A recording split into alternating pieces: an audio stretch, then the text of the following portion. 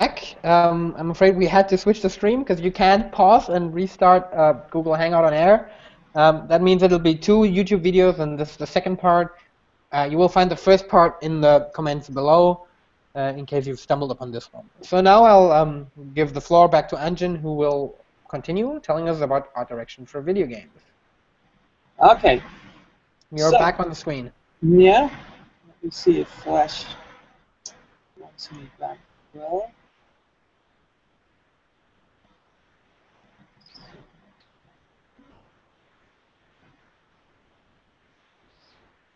Okay, so now that we have established that you have to get your ideas from somewhere, the question is, how do I do it, and how do I balance the idea of being familiar enough to be like appealing,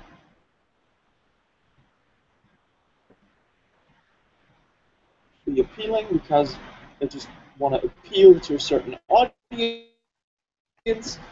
versus also like to be readable. I want to be that my audience understands what I'm presenting. And then the other side of the equation is being original, because I need to have like some sort of unique identity. Otherwise, like, why bother? Maybe it's a personal philosophy thing. There are game studios who just want it to be knockoffs, but that's not the thing I want to. Yeah, but in that case, art direction usually consists out of, this is the game you want to look like, I imagine. Yeah, if you're just a knockoff thing. For example, sometimes this balance happens between the developers and the marketers. For example, because the marketers often say, "Our game needs to look like X to sell well because X sold well with our demographic. Make it look like X." There are some super strong examples for this, where art companies have been sent reviews, and they had to redo their artwork until it's like basically indistinguishable from what a similar movie had on its poster and things like that. But this is not what we're trying to do. We are trying to, in this course, strike a balance between the familiar and the original. And this means that we need to be familiar, we need to do the research, we need to collect all sorts of ideas, but to be original, these ideas need to be flexible enough and needs to be shapeable and usable for us, that we can combine them into original, basically into original shapes and things and combinations of ideas that are feeling fresh. It's basically like collecting words versus collecting statements. We want to make our own original statements, but we first need to increase our language. And what I would like to do for the sake of this lesson is that we, for a second, pretend that we have a project which is about creating a Frankenstein monster type of scenario, where we have to create like the Castle Frankenstein, which is a level and it has different rooms, and then there's Frankenstein creatures, maybe more than one, and then there's the monster of Frankenstein, which is like the centerpiece, which could be a boss fight or things like that, or the Frankenstein monster could be the hero, whatever that is. And for that, we have to collect a lot of things. For example, we have to collect ideas on how we create or how we would style the technology. Because what we associate with Frankenstein is that it's in a distinguished Victorian-like era. Then there's like popular images of like Tesla coils and lightning bolts and some super like Spanish Inquisition type furniture. things like that. So we have a lot of ideas what we want to have, and we want to use these things. And what we need to avoid is like what people normally do is they go to the internet and then they research images and then they download the images and put these images into a folder. And then there's a folder with like machines from that era, for example. And then whoever like looks at that folder sometimes get a thumbnail view, but is due to the fact that these things are individual images, they already are clusters of ideas which have been put into a specific context, and then our brain adds all these ideas up to, wait a minute, that's a sewing machine. Why do we have a sewing machine in Frankenstein's? Okay, maybe to sew the skin together or something like this.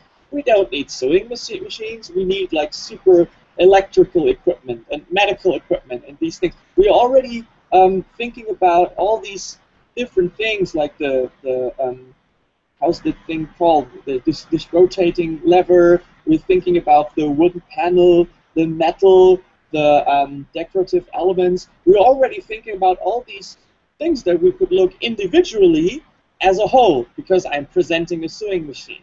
That's kind of a problem.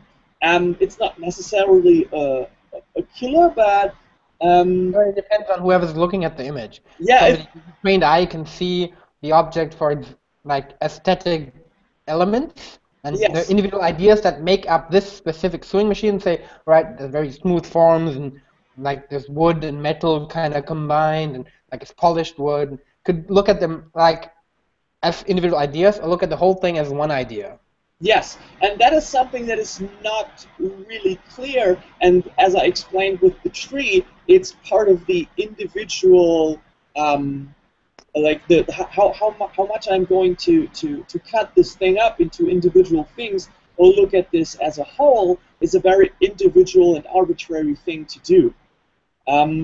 So if I'm having this image and I'm giving this to an artist and saying, like, this is one of 100 ideas for the background scene in my Frankenstein moment, the artist will then might think about just using this lever thing on a different machine, or will think about, okay, where do I put the sewing table, which makes more or less sense. So what I would like to do is, here's an example, is do this.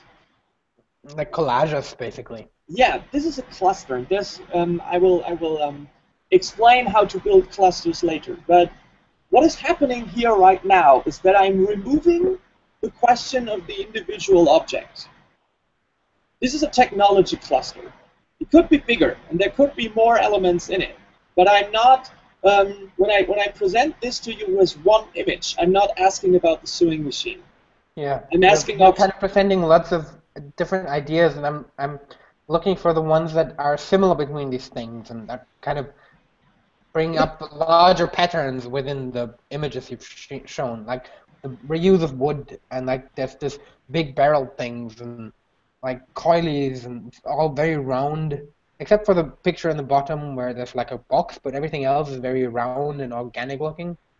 Yeah, this is exactly what my intention is, that at this moment should happen, is that you don't look at all the images individually, but you look at this cluster of ideas, and there's you lots don't of gears and turning things and wheels.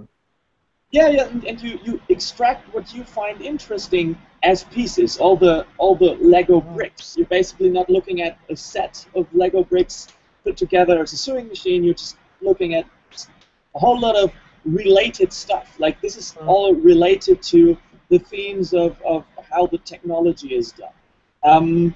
Here's because it's Dr. Frankenstein, and he does like evil Dr. Frankenstein. and he does evil science with the human body. Of course, we have to talk about medical supplies. And I could, for example, present to you, like, for example, below here, this is a prosthetic arm from the Victorian era. And I could now, of course, ask you to consider, like, can we like put this prosthetic arm somewhere, or I could ask you to look at this as a cluster and say, like, oh, look, there could be prosthetics, and maybe something happens, like you imagine prosthetics of heads. I could like put schematic drawings of legs into the cluster as well to open this up, to make this much more mixed. And this clustering allows for the collection of ideas without limiting it to specific sets of ideas that are representative of larger ideas that then we could use. Like the same thing if you want to do. If I can stop you real quick, Yeah. we have a question. So Joe Motion asks, you basically combine image features to create new assets. If you mean by image features, you mean the thing we've been referring as ideas. So I think that's kind of it. Yeah, that's kind of it. It's important that you are able to like have this to recognize individual features of an image, extract them so that they are your tools to handle, to recombine, to maybe like screw up the scaling, things like that. Yeah. So how do we build clusters? Okay, the first thing is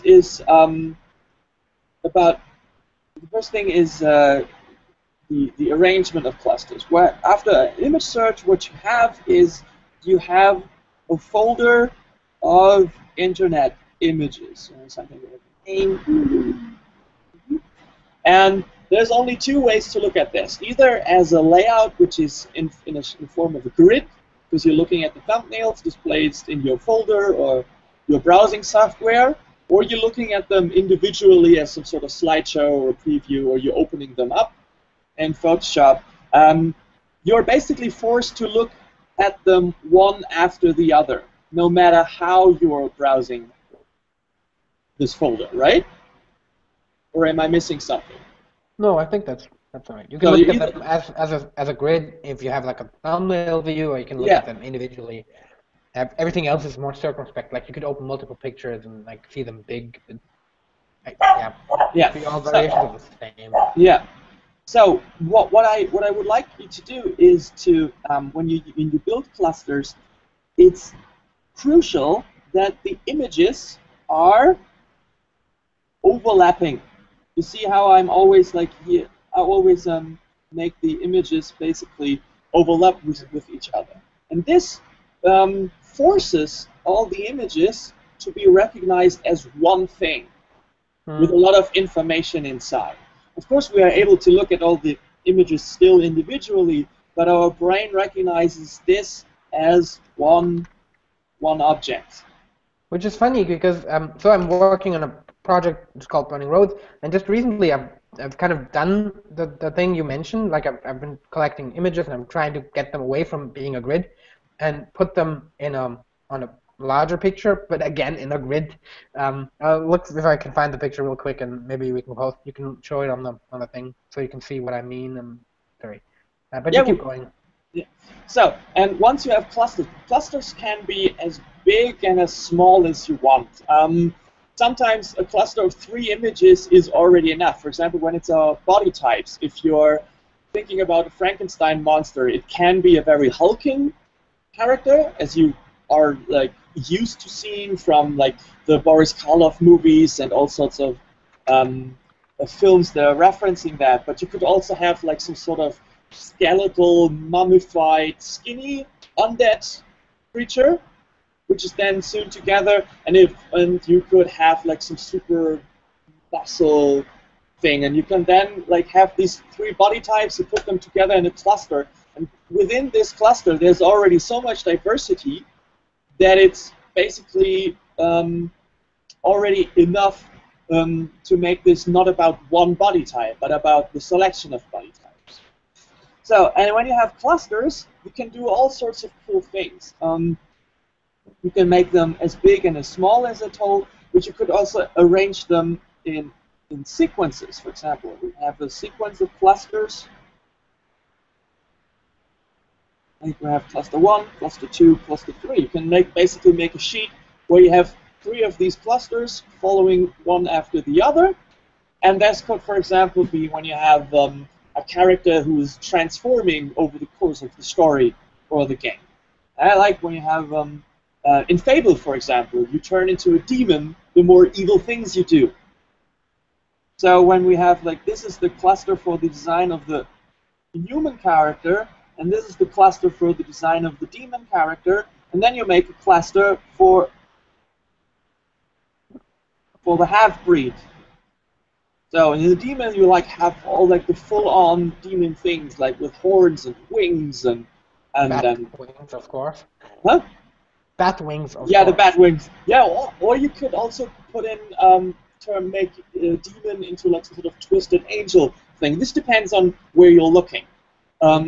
And what your visual preferences are. And in the half-breed, you can collect all sorts of transformation stages. Like, you could collect a human with horns, but you could also collect half-breed transformation stages, like, for example, from werewolf movies. Like, what happens? There's different... Or like half-human creatures, like the faun. Like, you could, for example, that, or you could just collect, like, cool different eyes on a human head, like when the eyes transform. You could collect things like how does it look when a human transforms and the skin of the human rips open and the other creature emerges from below the skin. All these things you could collect in this cluster, and then you have a sequence images of a snake shedding itself or something. Yeah, things like that, and then you have a sequence of clusters. You could do this for level design. Think about the Frankenstein project. You could have a cluster, which the first cluster, the second cluster, and then the third cluster. And the first cluster is the castle, Frankenstein's castle, from the outside, for example. Then you have a huge cluster of castle images from the outside, of like a carriage that would carry someone to the castle, things like that, doorways. And then you have castle inside, which is more about how the doctor lives, like maybe a foyer. Then you have like chandeliers at the ceiling, carpets on the floor and on the walls, interior design, things like that. And then you would have like maybe here's a secret door, like a small tiny cluster for secret doors, and then you have the laboratory. Then you have the laboratory, and that would be basically how you would plan the visual voyage of the player character when he goes through the stage. But every time it's important that you create these clusters first, so that the door is not, look, I like this door. What do we want to use this door? But you offer a whole different kind of doors. You offer doors which are made out of heavy wood. You offer doors which are these huge gates, which are usually used for carriages to go through. You offer metal bars in front of it, things like that. You offer bridges or no bridges, so that you have this cluster of ideas, but no specific combination of ideas, so that the artist has still room to move and still has room to come up with something original instead of following like this one suggestion you gave, right? So this is how you can arrange these clusters and plan for a whole lot of things. You could also have like, this is evil and this is good. I like when you have like orcs versus humans, for example. Then you have like a huge cluster of sort of or several clusters of potential enemy types. Like this could be like Frankenman, and this could be Frankenboy. Yeah, or I was thinking Frankendog, but cluster. So this would be an enemy type, and then in this cluster you would have like just images of dogs, regular dogs, but also images of animal surgery, images of robot dogs, images of technology that could make the dog mobile, because you want the dog to be like running and hunting. Or these weird four-legged drones. Yeah, things like that. And then you can like have all sorts of clusters on the either side. And the thing is that you have to like that the clusters are then no longer in sequence, but you have to do them in relation to each other. And if you put them on a page in relation to each other, the artist then can draw from ideas that you have collected for the human, and then put them on the dog as well. Just whatever he thinks would be interesting combinations. Well, since they're one faction, it makes sense that they're kind of like in the same zone. Like I have a very pragmatic question. Yeah. When you make clusters, in which program do you make them? I need you to come again. You have been. Sorry. When you make pieces. clusters, what kind of program do you use to build them? Do you just do them in Photoshop and slap them together, or like is there a good best practice on how to make these kind of clusters? I'm using a graphic software like Photoshop. I'm using Photoshop, but you can do it in GIMP as well, and things like that. Photoshop Bridge has a nice function which is called open all images in one Photoshop file, something like this, which is super nice because all images then are already in one file, and you just have to scale and arrange them, which is super comfortable. Another question: do you use scale within the cluster, as well as order, which one is first or which one is best seen, to weigh and say like this is more important to me? I'm sorry, but I cannot understand your question because you're in bits and pieces. It's about the connection problem. I'm sorry. I hope everybody else can hear me though. So the question is, do you use the size of the images in relation to the other images? Can you turn off your camera so maybe that's I can give that a try. All right, so the camera's off. So is it better? Say a sentence. Oh God, this is a test sentence. I don't know what to say. It's a little better, yes. Okay. So the question is, do you use size within the cluster or layering, like which one is first, as a way to weigh and prioritize your images?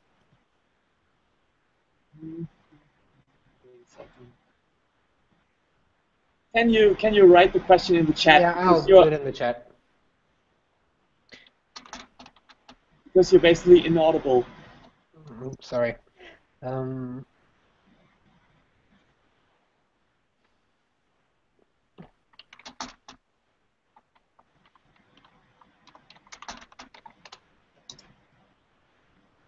right.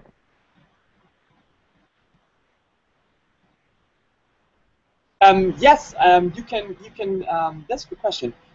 Yes, you can do that. You can also do like the bigger images can be more important. I usually do the scaling in relation to how big or small the details in the image are, so that everything has basically the same. Like every object has the same size, and if it's a photograph of one single object, I of course use it much smaller than a photograph of a table full of objects. Okay. So it's more about them being in the same scale. Yeah, I just usually want everything to be kind of equal, and then maybe use different, like it's hard, but you can I rather prioritize certain types of ideas through the amount of images about that idea. So I rather have, like, when I prefer a certain anatomy for the main character, for example, I rather have 2 or more examples of that anatomy in the cluster than to make the one images of that certain body type bigger. Okay. But that's a preference thing, and that's of course something you have to communicate with your team or with yourself, like when you're doing it on your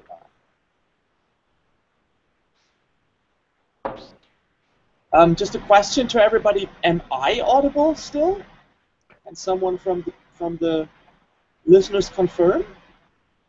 Well, to me you are.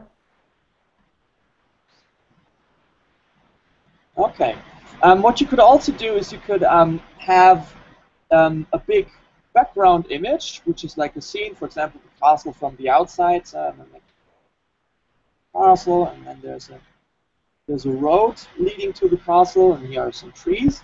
And what you could then do is you could arrange ideas on top of that background, for example. If you want to talk about things that could be filled in the scene, right? This is also something you could do. Then you have a cluster which is contextualized through the area. You could do things like when you already have a character design, you can have an image of the character.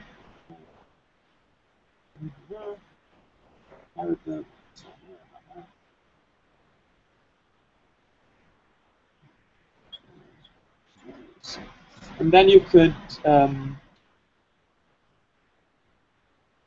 put glue clusters of items to the character, which you think would be interesting for him or her to have. Maybe helmet variations, stuff that would be on the belt buckle, things like that. But the important thing is that you do these clusters so that there's no order of appearance and that you're not looking at all the downloaded images individually. By the way, for everyone looking at here, I will later publish these whiteboard notes as images in an article later, because I'm doing them in Flash, and as you can see, I have archived every page I drew, and then I can just give them to you. So this is how you arrange your downloaded images. And now the next question is how you search for images. Any questions about that? Like about what we talked about now, like clusters? Oh, there's a bunch of questions I missed. Oh, damn it. So they can hear us. There was a question why you were using Flash. Please use the chat. I'm sorry, you're inaudible. I don't know what's going on. Maybe we can, when we do the next break, maybe we can look if we can fix this.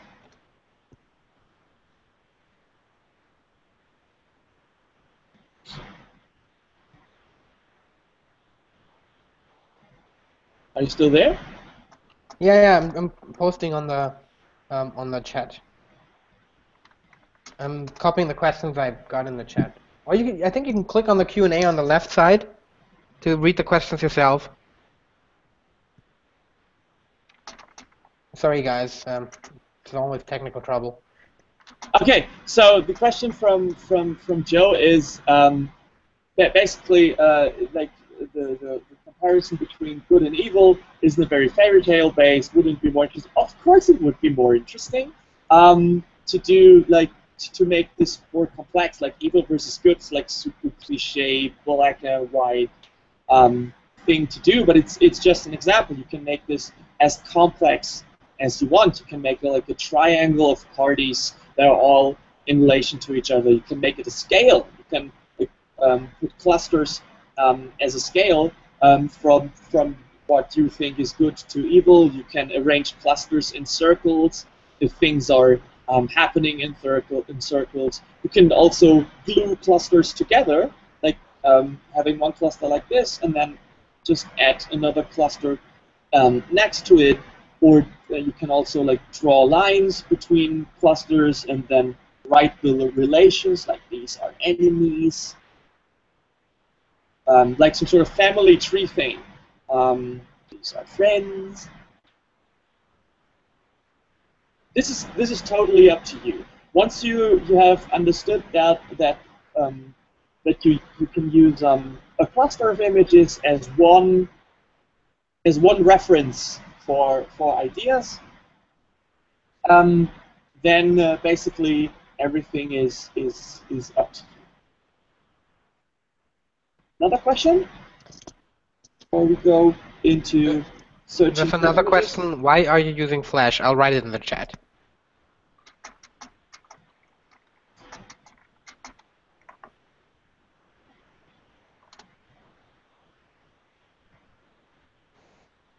Okay, why am I using Flash? Because I regularly work in Flash, and it's a pretty handy program to quickly doodle stuff in and have it available on different pages due to the frame system.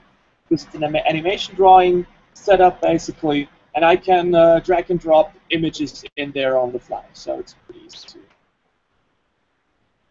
All right, so that's it for the questions. Okay, so where do we, like, when we now want to have our Frankenstein, where do we get, like, where do we Google, basically, is the question. And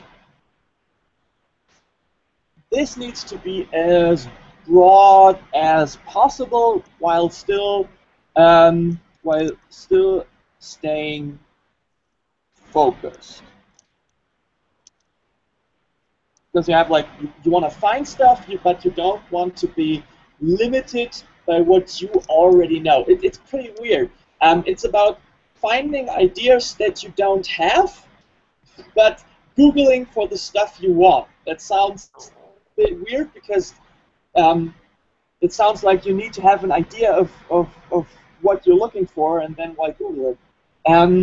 The thing is, when we have something like Frankenstein, there's an understanding of what that is. I could now, like, Google Frankenstein, and I would mostly get pop culture. I would mostly get pop culture. Pop culture in this case means images from movies, images from toys, maybe like some sort of Halloween costume. Oh, that's too. Halloween costumes. I would get, like, from comic books, and of course games, because Frankenstein as a fictional creature, like, okay, maybe like also book covers, like when it's the novel, and then has cover illustrations. Because Frankenstein is a fictional creature, and you Google for Frankenstein, you will mostly find representations in a fictional context. Like, you will find representation from pop culture. And this is a valid cluster to build, but it's also very limiting because this is already, everything is already filtered through artists' eyes, basically. These are already all things that other artists have built. And what I find most interesting about researching those is to understand what my peers are, and it's important for my own positioning, because Googling what other artists have done is, to a certain degree, of course, important for what I want to use, but it's to another degree important about how do I get my Frankenstein to be original. And that also means that what have others, like, this also means that I need to know what other artists have done to not do the same thing, like to stand out, to position myself in relation to the other available designs out there. So, okay, one thing is pop culture. But, as I said, this is already a lot of ideas that have been used by artists to create this fictional entity which cannot be photographed in real life. So where do all these things come from that are defining the pop culture image of Frankenstein? One is that it's, if we're like doing something rather traditional and not like some sort of Frankenstein in New York 2014 or something, we, for example, have the Victorian era. And this means if we want to have this work properly, we need to research clothing,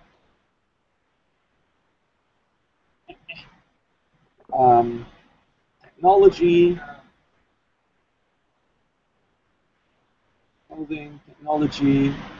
interiors. The interiors means like interior designs of rooms. what kind of furnitures are there, how like do they have wallpapers, how do lamps look, how do windows look from the inside, how big or small are the rooms, stuff like that. The thing is, like, do we want to have Victorian era architecture? Is this important for our project, or do we want to go like full castle Frankenstein? Then we may have to research castles. Technology, of course, I could now like go and write like different things, like how is like what kind of electricity, how do steam machine works, on steam machines, how do pressure gauges look, as a barometers, these things. The question we had in the first part about do we want to talk about the tree as a whole, do we want to talk about individual branches as a whole, about twigs, or do we want to look at the leaves? Or do we want to look about the forest, like which is full of trees? This is arbitrary, and everybody needs to be as detailed or as superficial as it's comfortable and useful. Then we have also the pop culture thing has something to do with the body. There's like this body horror part thing going on, because central to the Frankenstein mythology is, of course, this like reanimated corpse, which is made of parts of other humans. So what we also would have to do is like body types. And when we talk about body types, we could collect images of wrestlers. We could collect images of bodybuilders. We could collect images of mummified creatures. We could collect decomposing bodies. Yeah, well, it's like depends on what you can stomach. Like there's an image patterns, for example. If you think about putting bodies together, how would that look? Yeah, that's like the body is also medicine. Like the question also is like medicine, like scars. How does like the skin tissue look? Like, depending on the state of decomposition. When we have like different parts of bodies, do we want to look at because it's fun? Want to look at tattoos? Because maybe some of these people who have been cut up into pieces have been like sailors or yakuza or whatever, and then we have these things put together. These are all the things that went into creating this pop culture icon. And if you do the research, sometimes especially what people who are beginner artists or people who are not artists themselves but who have like interest in art, what they do is they look at other artwork.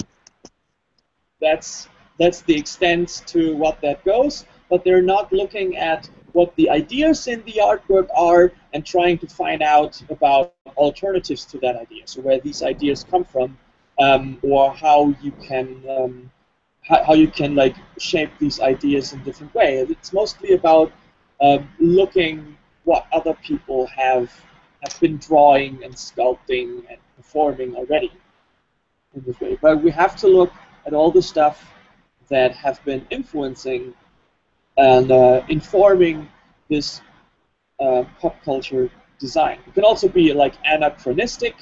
Like Frankenstein is in the end is a science fiction. Yeah, it is something where it's posed that it's scientifically possible to recreate life, which has not been proven possible in that time, and not yet. So there's a science fiction element to it. So you can be anachronistic. You can like give Frankenstein, the Dr. Frankenstein, like tools and machinery from a later age, and see how that goes. Things like that. Something like in regards to the potential sources, you could also look at the story of Frankenstein, which is the story of man-made life, and there's other variants of this story. Like there's the Golem, for example, which some people want to look at as a wider inspiration for the source material. This is a perfect transition to the next thing, which is important for finding and structuring images. So this is basically just the collection process of images, which makes sense in like some sort of diegetic way. Like it makes sense to look at Frankenstein and trying to understand what Frankenstein is, the monster and the doctor. So in what time is this in the universe? So let's look at the stuff that is happening in that time and how this stuff, like this is just basically we are going into that universe and then trying to find things that make sense in that universe. But there's two other things we need to do when looking. And what you just mentioned is the question of themes. Themes are things that are something that we as humans kind of like, it's basically pattern recognition, human pattern recognition. What you describe now is like you recognize the pattern of man-made life, and this reminded you of another story of man-made life, about like the story of the golem, right? And then we could look at the story of Pinocchio, for example, because they all have similar themes of somebody who is creating humanoids or working with human bodies, and then bam, he created a fictional, an artificial or not quite human creature. And then the stories often then deal with questions of humanity, like this basically what later is a big theme in cyberpunk stories. You could look at a film like Blade Runner, for example, as similar to a story like Frankenstein. Yeah, I mean, because androids and man-made life, what makes us human? There's a lot of interesting questions tied to the core theme. Yeah, but this connection between Blade Runner and Frankenstein has nothing to do with each individual universe. The connection between these two stories is made by us because we recognize similar elements in both stories, so they feel related to us. But the Dr. Frankenstein has no idea about what a replicant is. However, maybe the creator of the replicant has read Frankenstein, and then this is part of this worldview. This is often is done that people are quoting classic literature. But these two universes are not connected by themselves. They're connected through the themes that we as viewers or audience recognize in them. And this is a really, really, really important part of designing something that has nothing to do with the universe itself, but this is about our own personal artistic expression. And sometimes this stuff does not even make sense when it comes to the universe at hand. And I would like to talk about an example of how themes are used by using some stuff from Batman Arkham City, because there's a character of Two-Face. I will just so this is Two-Face. I have chosen to cut the character up in the middle and separate the two halves. But the Two-Face character, like here are some other interpretations of the Two-Face character from other media. The idea is that it's a character who has like bipolar tendency and a split personality, and then some sort of horrible accident or act of violence happens that makes the character disfigured in one half, and then his psychological split becomes more evident and uncontrollable, and the character then becomes a split personality, which is then, of course, obviously visible on the surface. So, and Two-Face, and that's it. Like basically, it's a character who has a split personality. Like one is a very calm and collected and justice-loving personality, and the other personality is about violence and anarchy and arbitrary rules, like the human the human part, like the original person of Two-Face, is district attorney, so it's all about laws and rules, while the Two-Face villain is somebody who throws a coin, like it's all about random chance, about like when he like passes judgment on something, he flips a coin first, like the opposites. And Two-Face has and Two-Face has a couple of different themes. Everything that you can do with the number 2. So you can do something with pairs. You can do opposites. You can do anything with the number 2. You can do things twice. You can talk about doubling something. You can talk about halves, usually the good versus evil halves, like this thing with the opposite, like good versus evil. Then what's really important is the thing with the halves, as we will now see, because one is like healthy versus sick, clean versus dirty. This is something that is usually done. So, and all of these things have basically nothing to do with each other, except that we as humans are able to put them together as one theme, as a theme of halves and doubles, something with 2, but there's no reason in the universe for these things to occur together. So what is happening is that you then have a character like Two-Face, and then what they did in Arkham City is they applied these themes to the environment design. Because in Arkham City, for all those who have not yet played it, this is a game about a part of Gotham City that has been enclosed in a wall and then turned into like some sort of open-air security facility, prison, and each supervillain has like some sort of region in that prison which the supervillain controls, and this region of the supervillain looks in accordance to the theme around each supervillain. And the themes for Two-Face, like I mentioned, are about half. And if you, for example, look at this image, and if I like draw a line here, you see that the office of Harvey Dent has a slightly damaged right side, while this side is roughly okay. This is especially evident if you look on the boards on the floor, which are like broken into pieces on this side. Or you look at like here, there's no light sources on this side. The light is coming from the windows, while here's all sorts of electricity. And there's no like reason for that to happen. It's just that the theme of the two halves, one is in good condition, one is in bad condition, has been used to create the Two-Face themed environments. The same room, if you turn around 180 degrees, of course the sides change, but you can see like how this half is like damaged here. You can see like how the lamp here is like falling off, while this lamp on this side is okie dokie. You can see like a symbol for an evil creature fighting an angel on a horse.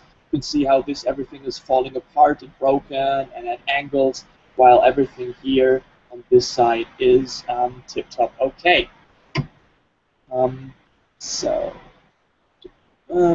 Then sometimes there are small, tiny objects lying around. This is a vote Dent, as it says on the button.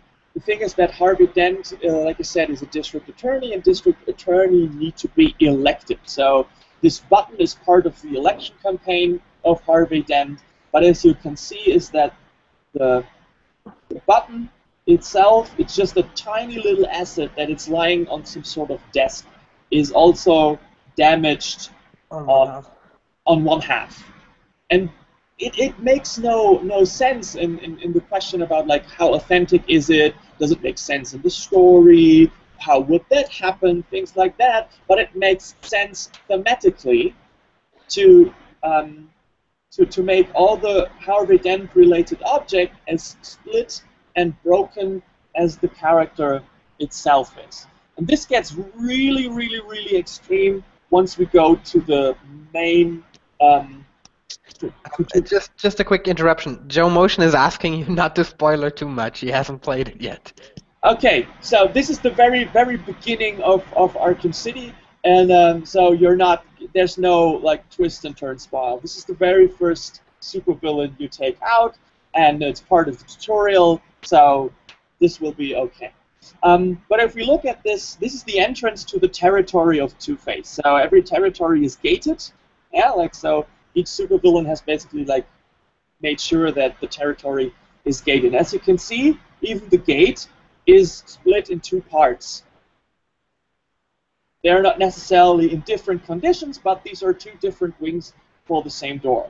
And then we see this big banner, and as you can see, it's ripped into two pieces. Here is the other half of the same banner.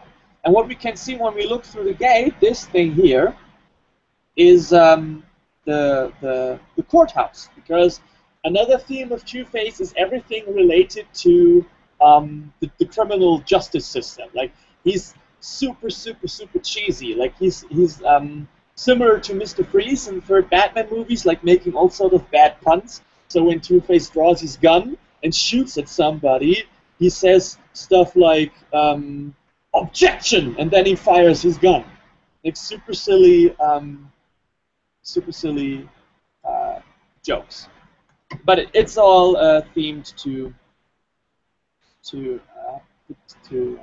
being a lawyer, basically. Yeah. So, and this is like where we're standing in front of the courthouse, and it's important to note that I have not noticed how extreme they pushed the theme when I played it. As you can see, the courthouse also is in bad condition on the right side, right? It's darker, and there's like a lot of damage to the pillars, things like that.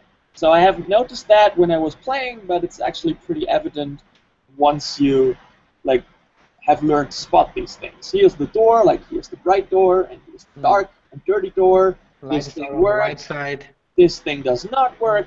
If we're standing in front of the building and look up, there's a statue of like Lady Justice, and of course here, like here's everything is damaged on this side, and here's like the scale, and in the right half there's fire burning for like the rage, anger, and destructive power.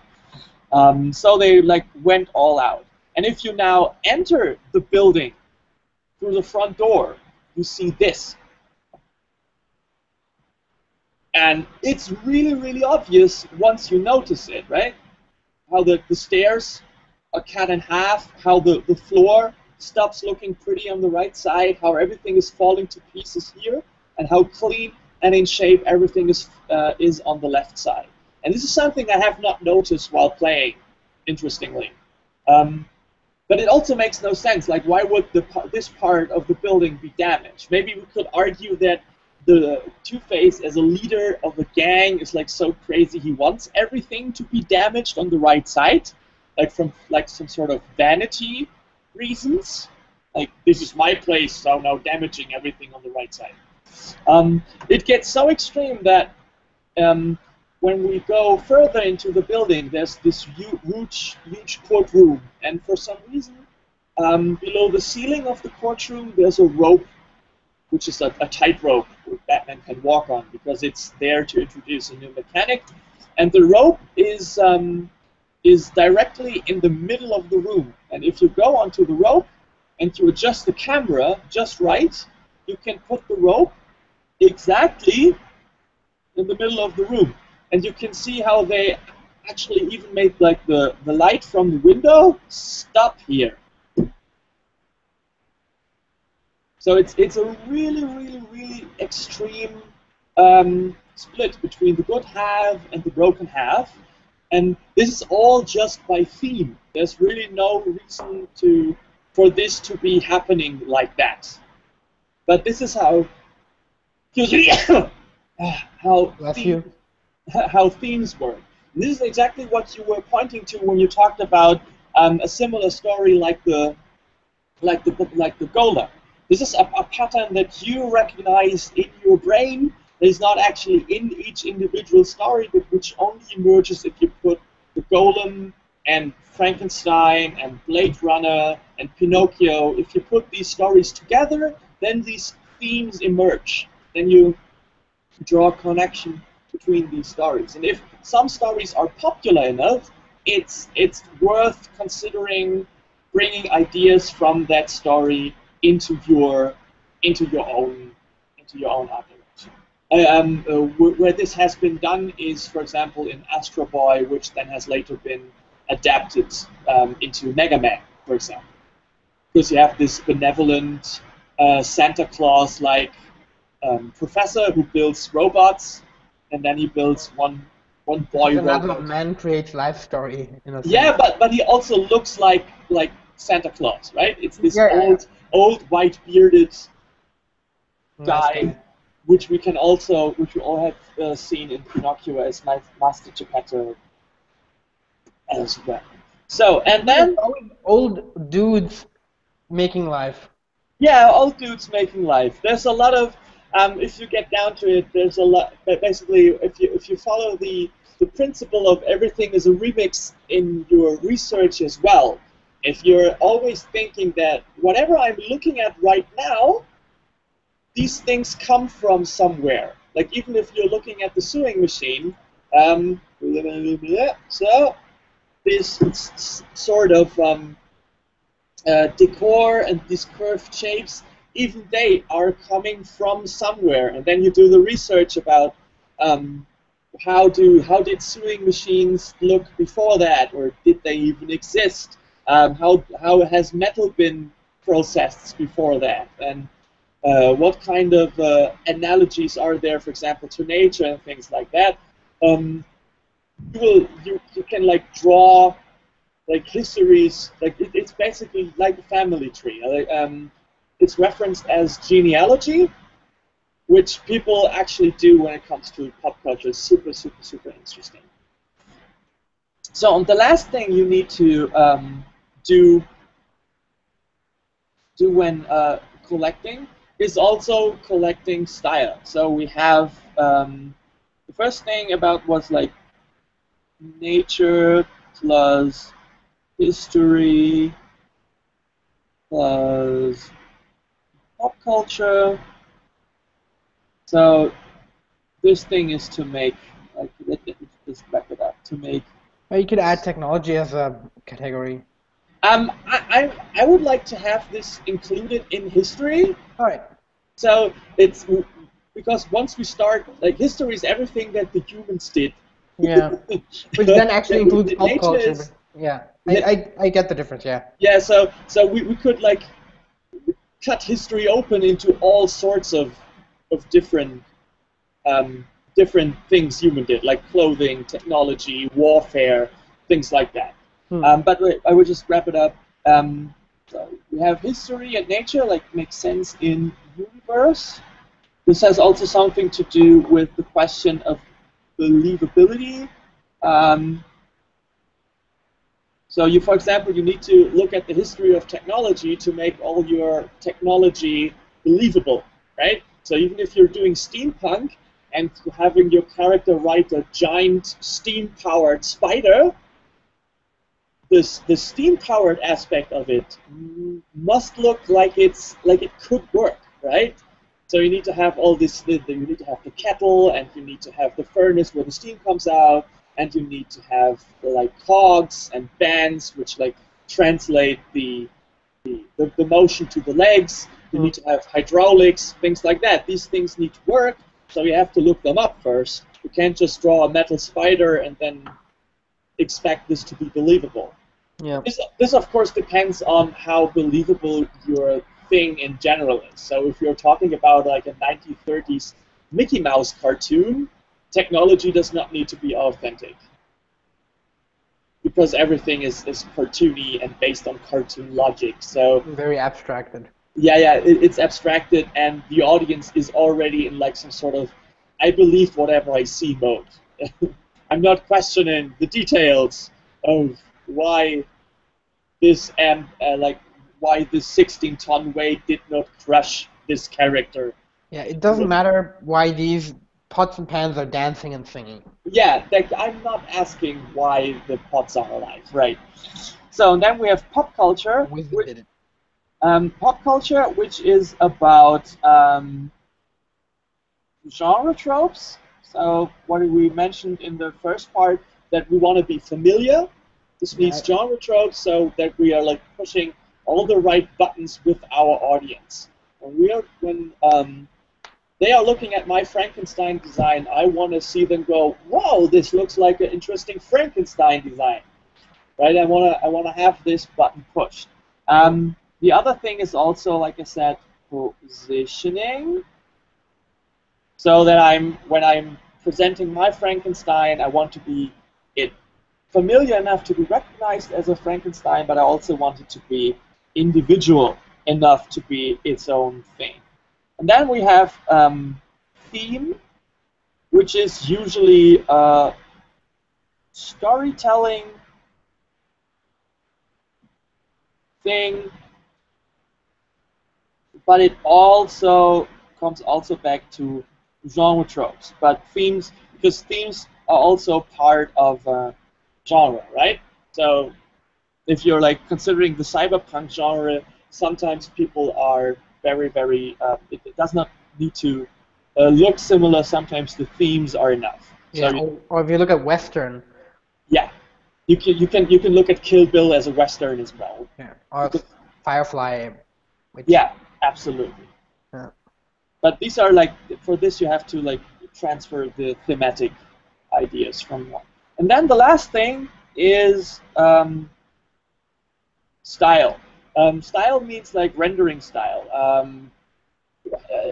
Do I use like what kind of illustration style I use? What kind of like abstraction I use? Like, for example, Lego figures are like abstractions of real human anatomy. So these are things you should also consider as well, but they are usually found in pop culture because this is where pop culture has also a lot to do with style. So you will find, like when it's about Frankenstein, you will find animated Frankenstein characters, you will find 3D rendered Frankensteins. There's even a Lego Frankenstein for you to find, things like that. So style will be here, but you also need to make style clusters. Like I mentioned before, we have these reference clusters.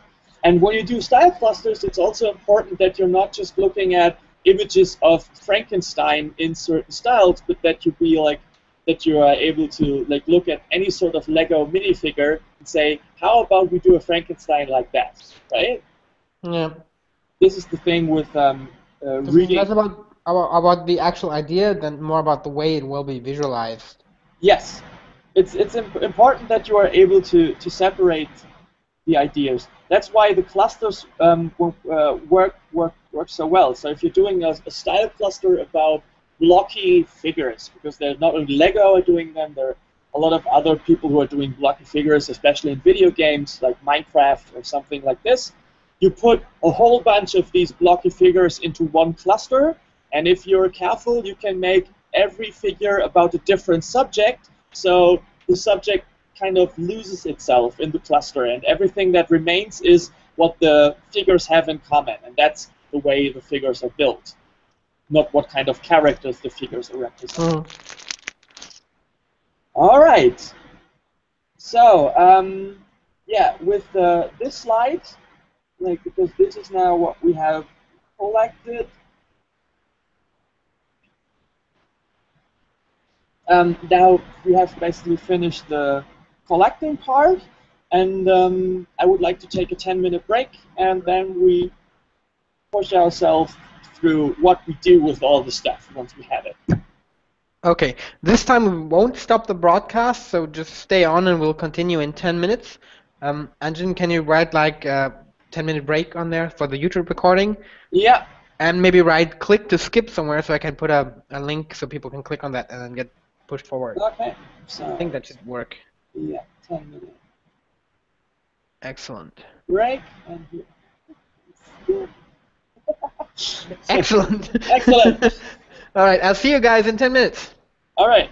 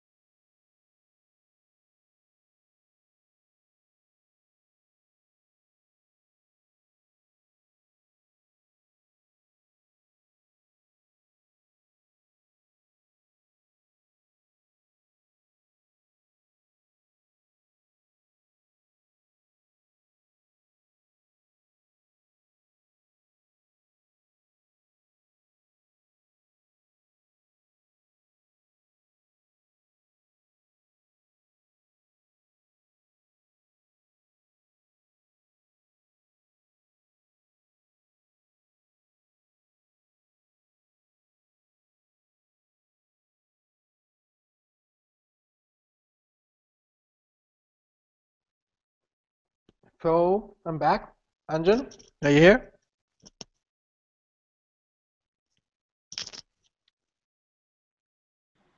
Hello, hello. There we are. Yeah, just give me a sec.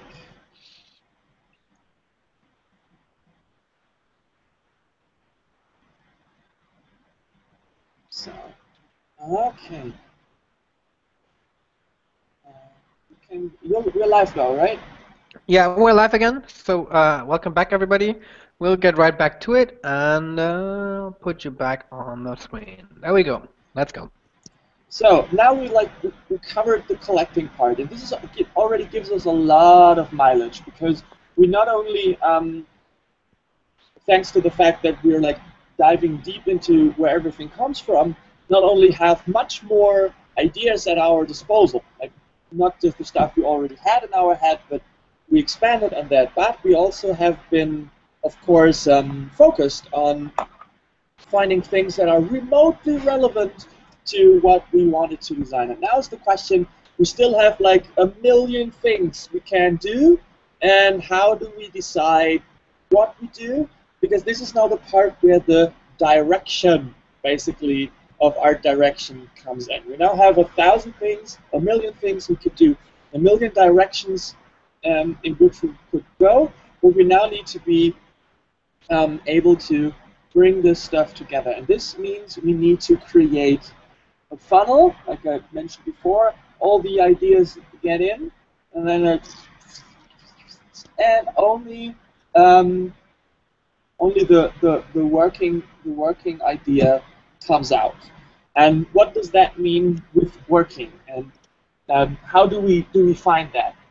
One thing which is legit is to go just by your own taste, but this would mean that you're doing a vanity project. Like you can do your own game for your own just following your own taste, and you will find an audience for that probably because if your taste is cohesive enough. But that's not a system that is worth teaching. Go with your gut is not a process. So let's be a bit more systematically about it. We are now like talking about the thing with selecting. Yeah. So blocking this. So the question is like, how do we get these things out? We need a funnel, and this funnel has a filter, and this filter throws everything out we don't need. There are things like technical requirements, which are a question of your genre and your game genre. Which I would say like game genre.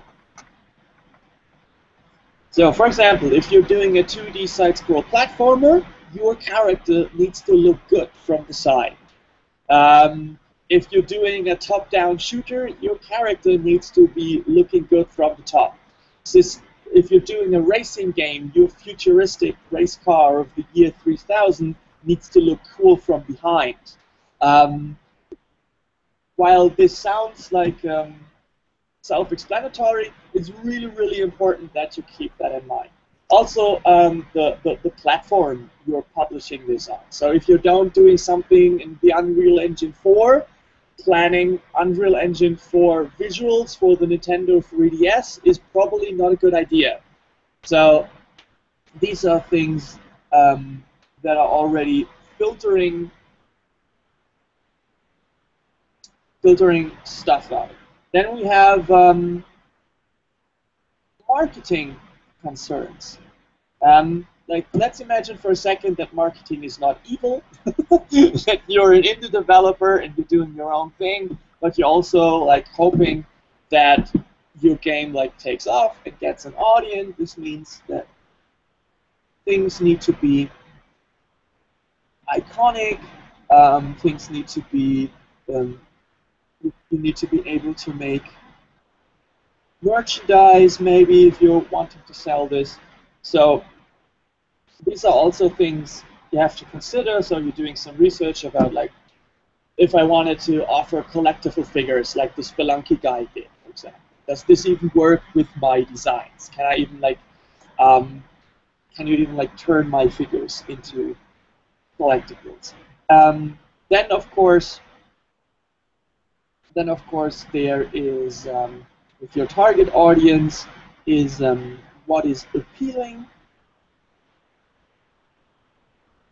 to that audience. This has also something to do with your genre, but also to do with story and atmosphere. So, for example, let's see, here's filters.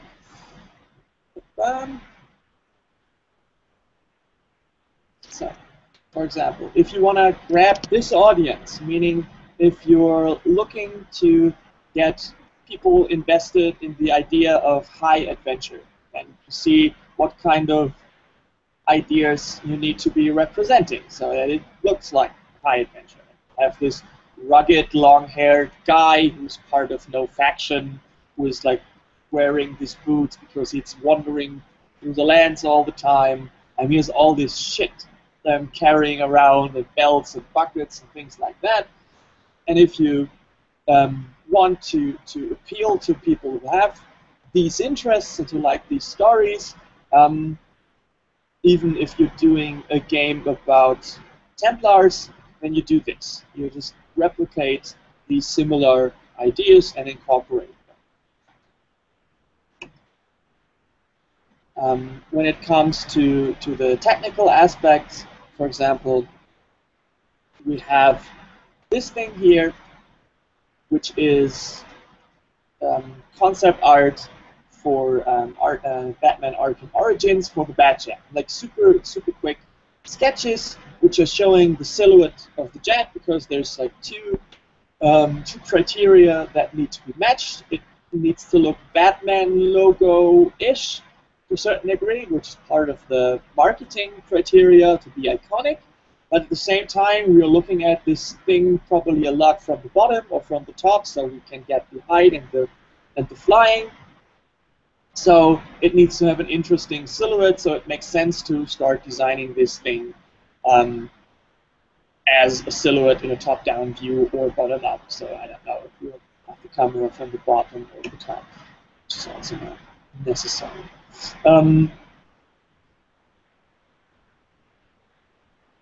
So the thing, and this is now where the art direction basically comes in, and where it's pretty hard to make recommendation about what is good or bad, because this now depends on what your goals are.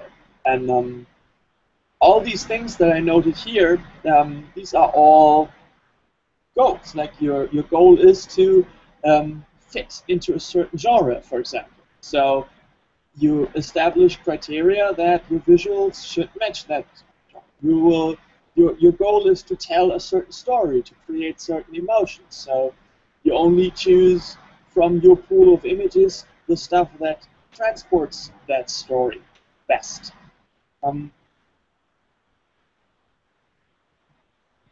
This is often something that then the artists basically do because they have been given this huge pool of ideas, and then they create things like mood boards or storyboards or speed paintings of environments, and then we can talk about the atmosphere. Is the atmosphere scary enough? Is the atmosphere dense enough? Is this part friendly enough?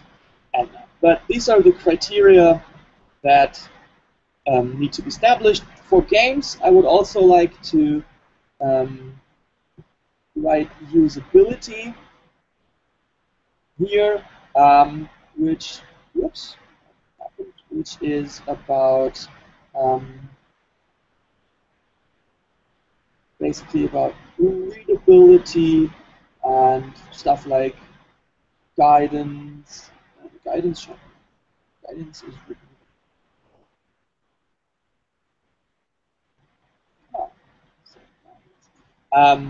For example, usability. If I'm creating characters for a shooter game, and one group is the group of terrorists I have to shoot, and the other group is the group of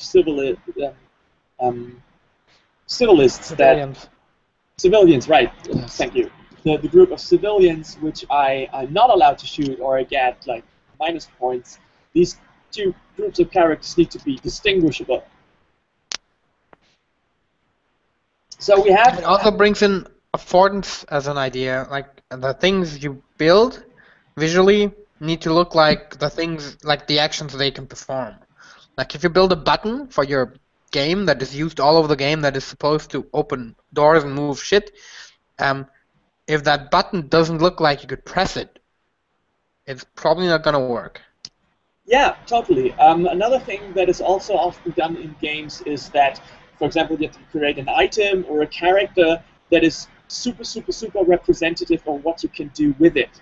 So if you have a character which is smashing things, it's maybe useful to give that character a hammer or like huge hands to whack on the floor.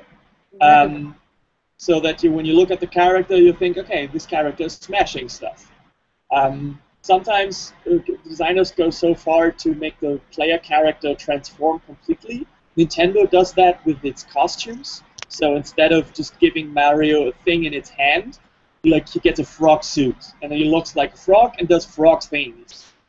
In Super Mario Bros. 3, for example. These things are, since they're all depending on your communication goals, these things are all subjects on their own. Like when you have like technical, for example, the producibility.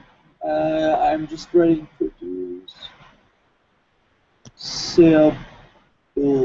producible. I'm just making words up right now, but I think that works. So producibility. Let's go with that.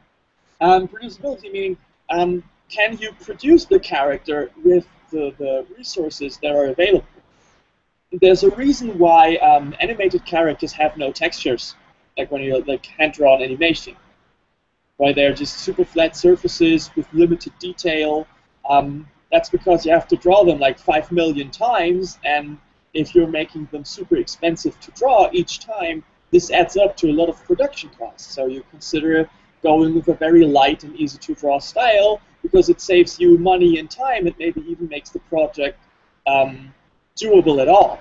Yeah. So these are like technical requirements, but these have all to do with your goals, and it's practically impossible to walk you through each of these things because there's like a million different goals, like a million different like visions basically that can be fulfilled. The thing is that you have a vision, which is your idea how everything should look, and then you split this up into technical, into these criteria. You want your game to be playable. You want your game to be appealing, story and atmosphere. You want your game to be like to get the necessary attention, to be something that is unique, and maybe something that you can sell well. So it needs to be iconic.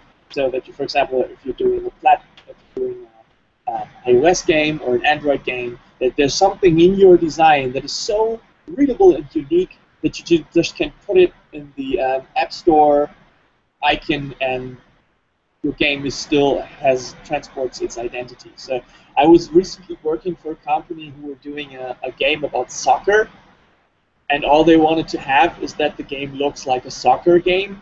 So I drew them soccer players and soccer balls and goals and places, and they basically had nothing to put in the icon or somewhere else to make it distinguishable because they insisted on it just looking like soccer. So if you're making like some sort of ogre or orc soccer, then you have something that's distinguishable, and you can make like some super nasty orc soccer ball, like Blood Bowl. Do you know Blood Bowl, Martin? Yeah.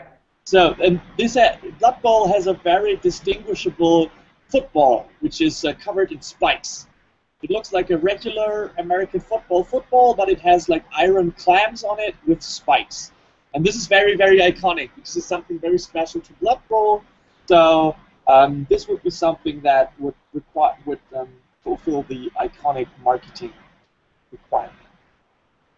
And you use these things to filter, and everything that passes through these filters, these may even be more options, and then you basically decide by taste, or maybe you just stop exploring more options because the time is over.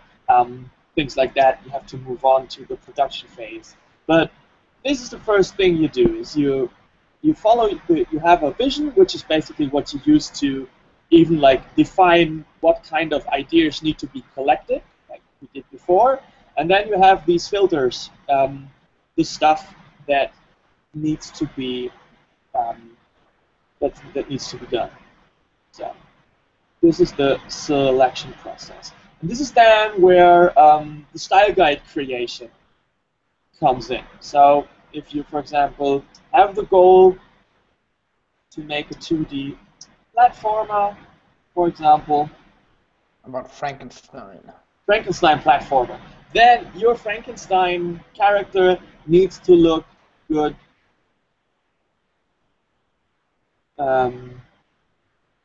from the side. Your character, then the question is your Frankenstein very, very, is it a jumpy character, or is it more like a strong character who's like smashing and throwing things? So would you have like both characters, both archetypes you had in the first Donkey Kong Country game, for example, where you had Donkey Kong, which was the strong and slow and kind of sluggish one, and then you had like the jumpy Diddy Kong, which could jump higher and ran faster, things like that. These are then the things you need to consider, and then you need to establish. And this is when we go to style guides, which is then the part of the, which is then the last part. Half an hour left. Okay, so I think we're roughly good on time. This is the last part. This is like review and production. Remember, until we're going to collect, we're going to talk about selection, and then we talk about how to basically enforce what we have then. This really depends on how much control. Everything about review and production is about control. And this really depends on how much you want to control. If you have a project like, for example, Magic the Gathering cards, there's not much control, actually. They have an art direction, but it's much more about hiring the right artists than about controlling the artists you have to do exactly what you want them to have.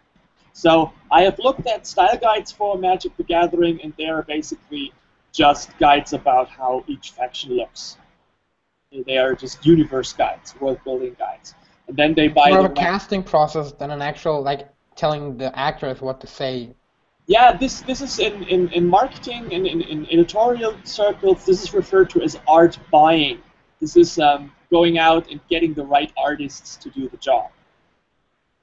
And then sometimes they do stuff like, okay, this is a nice image, but our characters aren't allowed to smoke, because when we are having our characters smoke, we cannot sell these cards to children. Things like that. But this is basically everything the art director does. And I've already worked for trading card companies. This is much more about hiring. They also have, of course, what they do is they have this whole ideology. It's part of the product identity to get these artworks on the cards, right?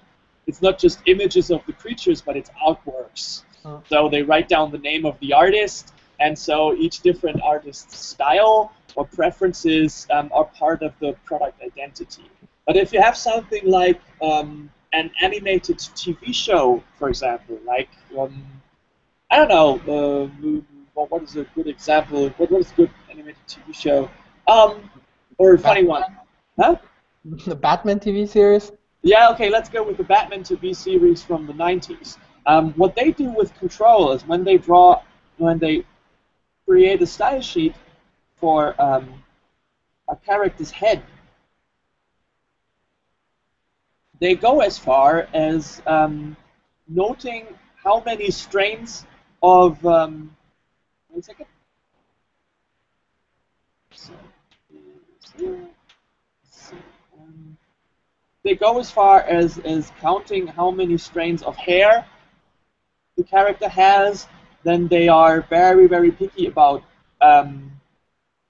convex versus concave lines. So you're not allowed to draw this as a straight line. If you draw this as a straight line, you're not on model. You are off model. You're not doing it right. So, but this thing needs to be a straight line.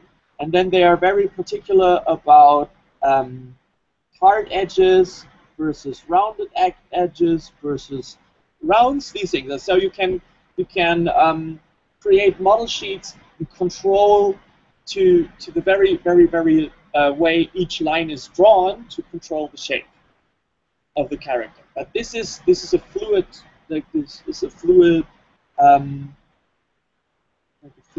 scale from 0 to 100. 0, it would be just like, you know, like content briefing.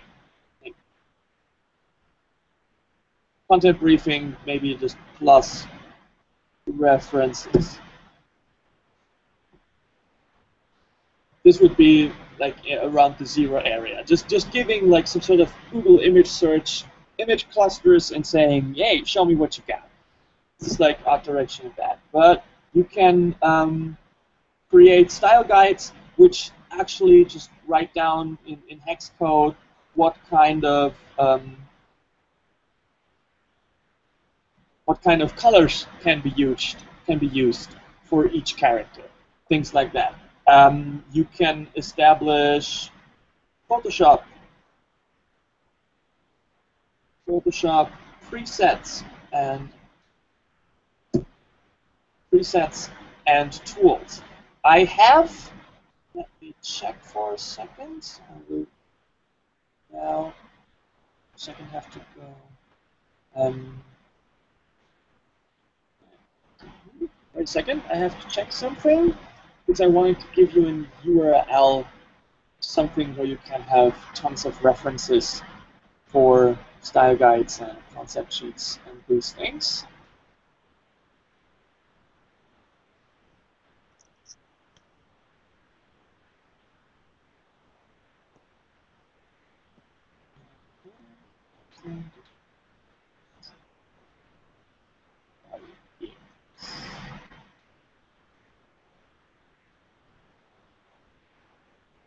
So I'm posting it in the chat as well as pasting it into the thread.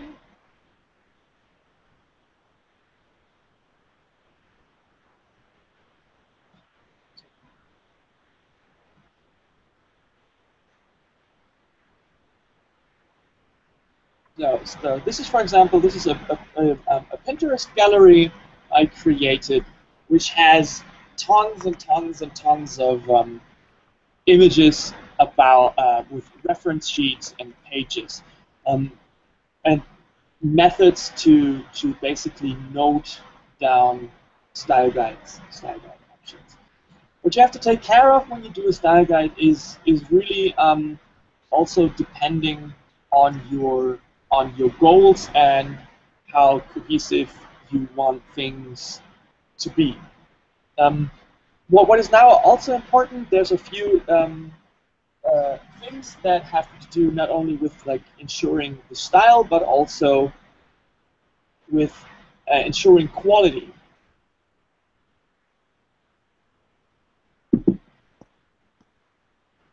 So what do I mean by quality? There is actually good art and bad art when it comes to certain quality standards. There's always a good artistic reason to do something weird and wacky and to create like super nausea-inducing color palettes. So there's nothing wrong with that as long as you have the artistic reason. But here are a few things that you should you should keep in mind when talking about like reviewing art and making sure that everything looks good. There's only two things only have like meaning when they are in relation to each other. So a character is only small when there's bigger character walking around, right? And the room is only dark when we have an understanding about how what light feels. And stuff is only dirty when there's clean, things like that. So, and there's only two states to this. And one is like total balance. And the other thing is total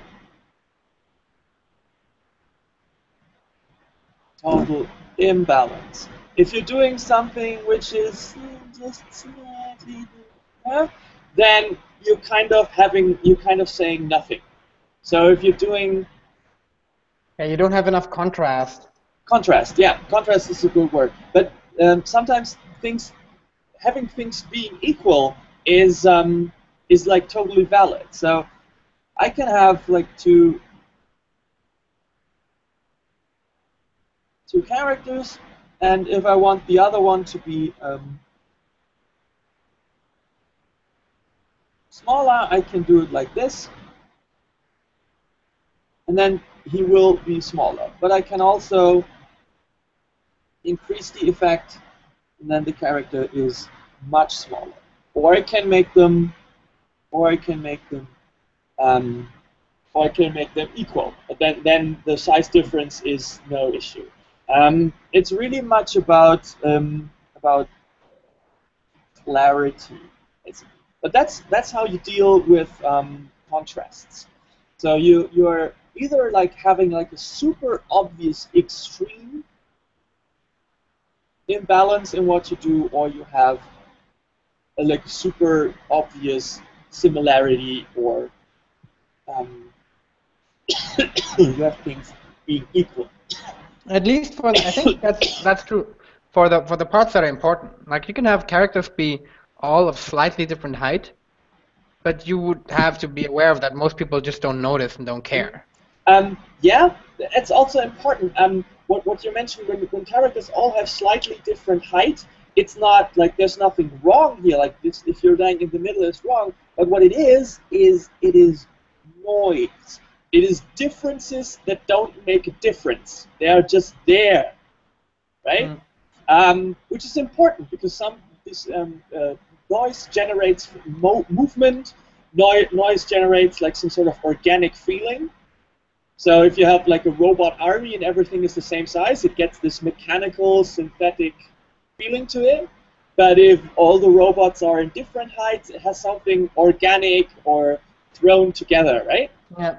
They don't need to be like different in a way that you look, oh, these are small robots and these are big robots, but they're all just slightly different. So it generates noise, motion, variation. But this has just something to do with making things look organic. Yeah. But then you could also have like this contrast thing between noisy versus clean, right? We can also say like, okay, if I have like multiple factions in my story and one is some sort of like fascist regime, you make it as clean as possible to make it look like super straight, kind of artificial and super uniform, right? If you're having a fascist regime where everybody has different body shapes, something is not as fascist as it could be.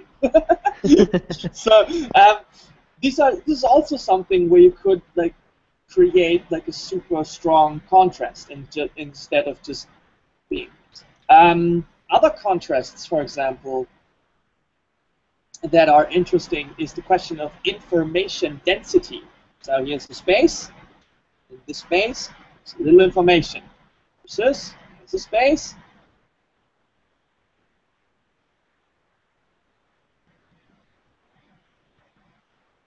So, and this space, there's minus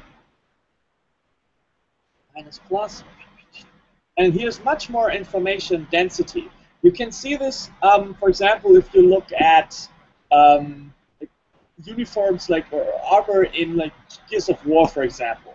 They have a huge information density per square centimeter, right? Everything is full of screws and belts and buckles and armor plates and pouches and things like that.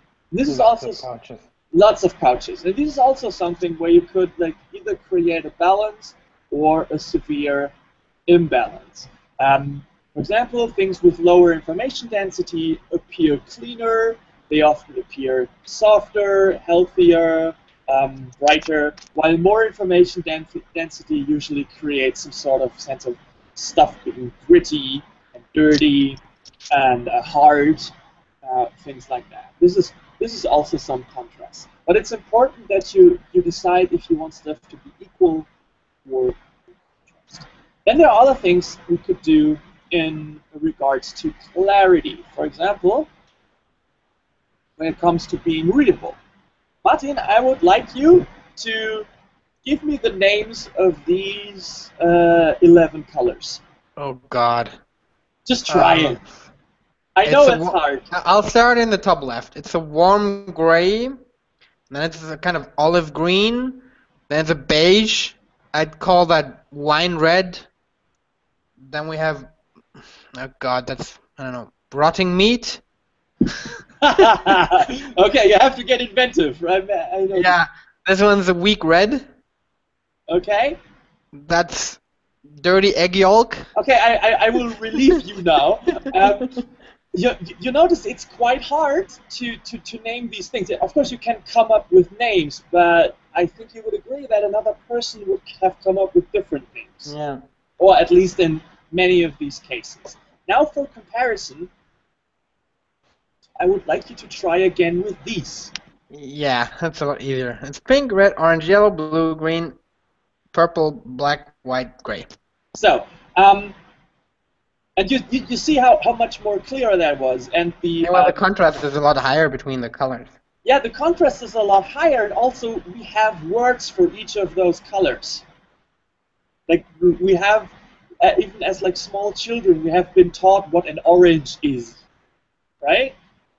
So there's like a common basis of understanding what these colors are. If I would now put a second red to it, you would have to scramble for two different labels for two different reds. It might work if you say, okay, there's a bright red and a dark red, but what if I add like 6 shades of red? How would you name them, right?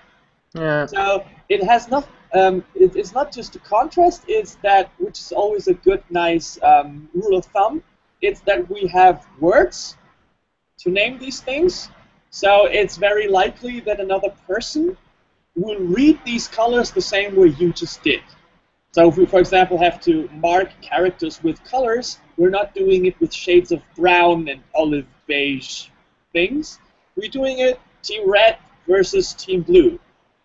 Right? Because the concept of red and blue, this is as a color concept, this works. There are people who have been trained into recognizing much more colors than most people. Yeah, right. For example, if you work at a paint shop, you know you can see colors. You can you can distinguish like 20 types of red because they are in your product catalog. So, but that's not helpful for what we do.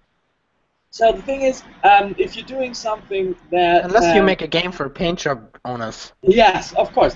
There's a very, very, very funny game called Blendoku. Blendoku is a game where you get some scrambled colors and you have to bring them in the order of mixed state. So you get a red and a blue, and you get a bunch of different purples. And then you have to sort them in a way that they are making a smooth transition from red to blue, right? I think I played that. It's terribly hard. It's terribly hard. The smaller the differences between the colors are, and the more colors you have to sort, right? So these 3 colors, these are easy to sort. Like if you have a red, an orange, and a yellow, it's pretty easy to bring them into the right order. But once we have like different oranges, or once we have sometimes the game even goes into different directions, right? So it's pretty hard. But this is like if you have words for what visual elements you use, it's a pretty good rule of thumb that it will be read and recognized because we already have a concept about that thing in our head, and also be mutually exclusive. There's no second red in this image. So if I ask you to click the red button, you will find it, because there's just one red button, right? So being mutually, let's see a second. This is also exclude. Oops,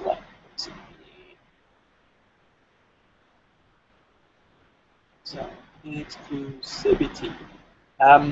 Exclusivity also applies to, for example, if you create a character roster. It's super cool if you have like 4 characters and then you have 4 different body types, and each character gets an exclusive body type. But you also have balance that with common. So if you have a team of 4 characters and they're a team, they need to have stuff that makes them affiliated with each other. Yeah. So maybe like have them a badge or some sort of uniform. Good example. They all have lots of pouches. They all have. A good example is Team Fortress, for example. These are super, super, super individual characters, all with their individual body types and attitudes and different clothing items, but they are unified through the color scheme of red and blue, right?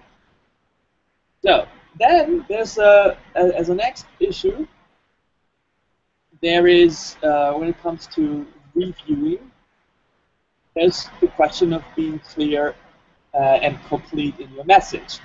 For example, these are 2 different symbols. One symbol, they're like, can you guess what the symbol A means and what the symbol? One is poisonous, the other one is pirate. Okay, that is a good guess, but you probably don't know which one is which, right? They look the same, so it doesn't matter. Yeah, so that is because the art direction kind of failed you. So what we have to do is we have to be a bit more specific about what we do. So skull and crossbones on an orange box is a hazard symbol, chemical hazard symbol, which is an official symbol we have to learn in school, these things. And a skull and crossbones on a black flag, for example, is a pirate symbol. Or on a pirate. Like, a pirate flag. Yeah. Or a parrot with a skull and crossbones on an eye patch is probably a pirate parrot. Probably. Probably. We could be even more specific and clear. If I put this thing on a glass bottle of boiling green liquid, then it's probably pretty poisonous. And if I put this on top of a ship, then it's probably a pirate ship. But we have to decide how many ideas we bring together, because the ideas we're missing here, like the idea of the orange box was not here. So it was not clear. And so we added the orange box, which we know is from warning symbols, to make this even more effective. Then there are other things about, for example, being clear is the question of, which is a common art direction job, is working with tangents. So, for example, if I have a house here, then in the background and in the foreground there is for example, a tree. No, there's a person.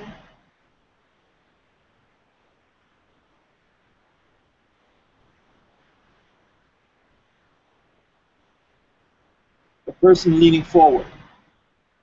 What we now have here is a so-called tangent, which is a total no-go. It's also the question. It's similar to the question of either being balanced or being unbalanced and nothing in between.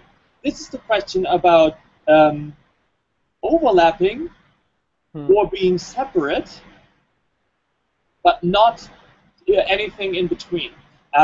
This is the problem that we have, that where people are photographing themselves next to the Pisa Tower, like trying to push it straight again, right? Yeah. So this is like also a common clarity thing, is that you have to remove the character from the building so that the depth is much more readable, or even better, you put it in front so that the overlap is creating much more depth. But the contact is really not the thing we want to have. And I could now go through like many other of these rules, but the gist of it is either versus or. There's always something that you can make clearer in these things. Are these things in front of each other or next to each other? And how do you um, increase that? Are these things equal or they're either equal or they're totally unequal? They're not related, basically. So now it's 5 minutes left. I would like to do a quick wrap up of what we have discussed. So let's. You have sketched a lot. Huh? You've sketched a lot. Yeah, it's a whiteboard day. Ooh. Yay. So okay, the thing is, art direction is about let's talk about what art is. That's one thing we need to do, and then we need to talk about how we direct that art. Then we have talked about ideas, because ideas are basically the art units we have. These are the tiny parts of each individual piece of art that combined together are what make the art. And it's for humans, it's completely arbitrary how small they want to cut up what they see. It might be an interesting point that ideas are describable and communicatable, because if I'm doing art direction, I need to communicate something to somebody else. Exactly. So that's why I need to have an idea of it, so I can communicate it so somebody else can build it. Yeah, and it's always better to have an idea in the form of an image than a word, because words trigger are associated with arbitrary images. So if you have the idea of a color, it's better to show the color than to say, I want to have a dark red here. Yeah. Except if there are, of course, there are many tools which already have systems to use words for these visual elements, right? If you establish like a brush set in Photoshop as an art director, you can just say, draw these lines with brush 105. So you don't need to show the image of the brush, you just need to give the number of the brush and it's done. But if you talk about ideas, it's always better to talk in images. That's also what concept artists have to do. They're creating a lot of waste paper, basically, just so that we have images to talk about and to discard. So they're creating like 50 ideas for a main character, so we can decide to use one of it later. So ideas are all the tiny elements that you can individually look at and use in different contexts, like you could do here, for example. So this is what the idea. These are the objects we use in the art direction, and these ideas can be style related or content related. That means they can be ideas about how to draw something and ideas about what to draw, basically, using draw as a universal term for image creation in whatever tool you use. And now we need to have like tons of cool ideas, maybe even much more ideas than we have in our head already, so that we can then filter them and recombine them, rearrange them, remix them, and put them together as our own thing. This can be done from nature, from pop culture. It's important to keep a balance between being familiar and original, and so we collect all the things that are familiar first, and then try to find original combinations. When you're preparing these images, which you're probably having Googled, or even if you have sketched them yourself, however that works, it's very helpful to arrange them in these kinds of collected clusters, so they are kind of like melting together into one puddle of ideas instead of individual images which need to be discussed. There are different layout types. You take your information from pop culture, like comics, games, book covers, movies. We take them from history, with like Victorian era, which has clothing, certain way of interior or technology, like in the case of Frankenstein, it's the Victorian era. But of course, this works for all sorts of eras, like when we go to noir or you want to do something in the 80s, there's also special clothing, interiors, and technology available. You can also use themes, like when you have like Two-Face example, where you can have these two broken, one whole half and one broken half, and then you also can collect ideas just for style, which is then independent from the content. Okay, my break. So, and then you need to, all the stuff you have collected, you then need to filter through all your goals and technical requirements, which you need to carefully establish. And sometimes you need to establish them together with other people. So when you're working at a game company, for example, if you're working on a Spider-Man game, you probably need to send in your Spider-Man designs to Marvel so they can approve it. So this is then the marketing aspect of it. Or if you're working with a programmer, he probably can tell you, yeah, well, we don't have time to program a cool cell shading tool, so it probably needs to be hand-drawn, or it looks like 3D graphics, sorry.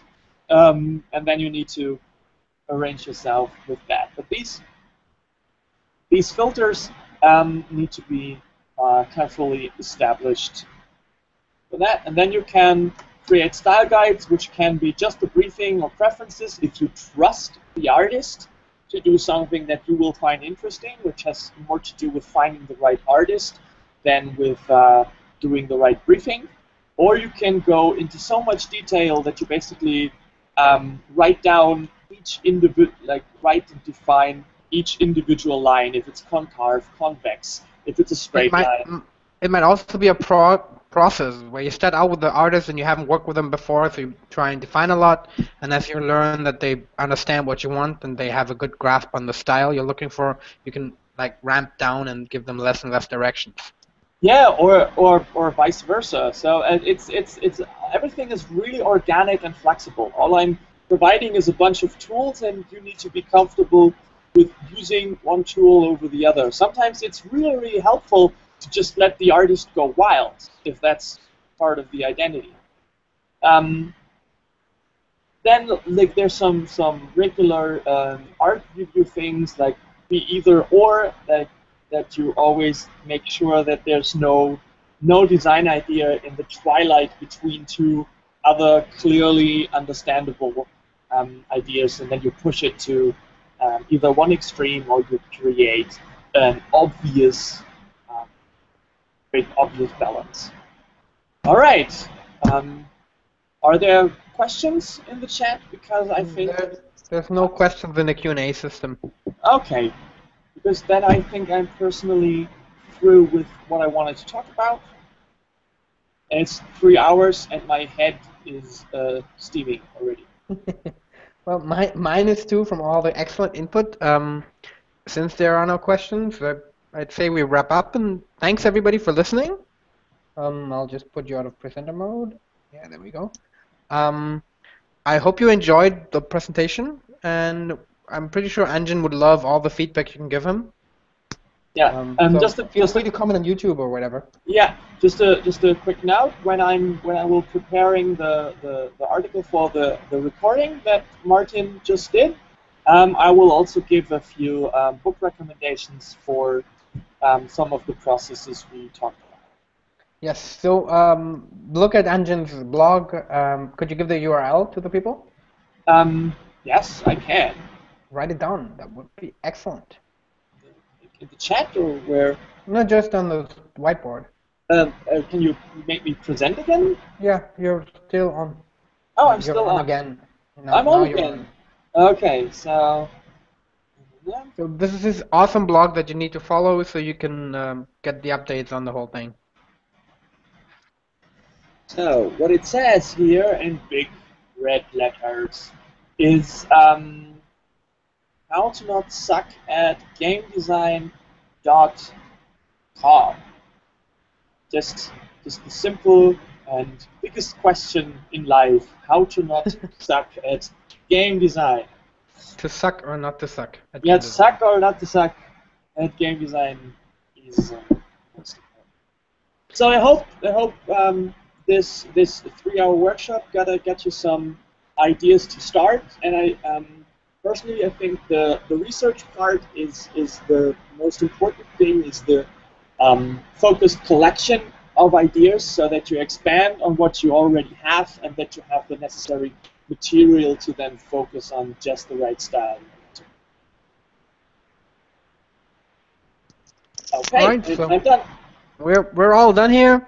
Thanks for listening, and if you've been watching this on YouTube, thank you for watching this on YouTube. Um, and have a good night, I guess. Bye. Bye.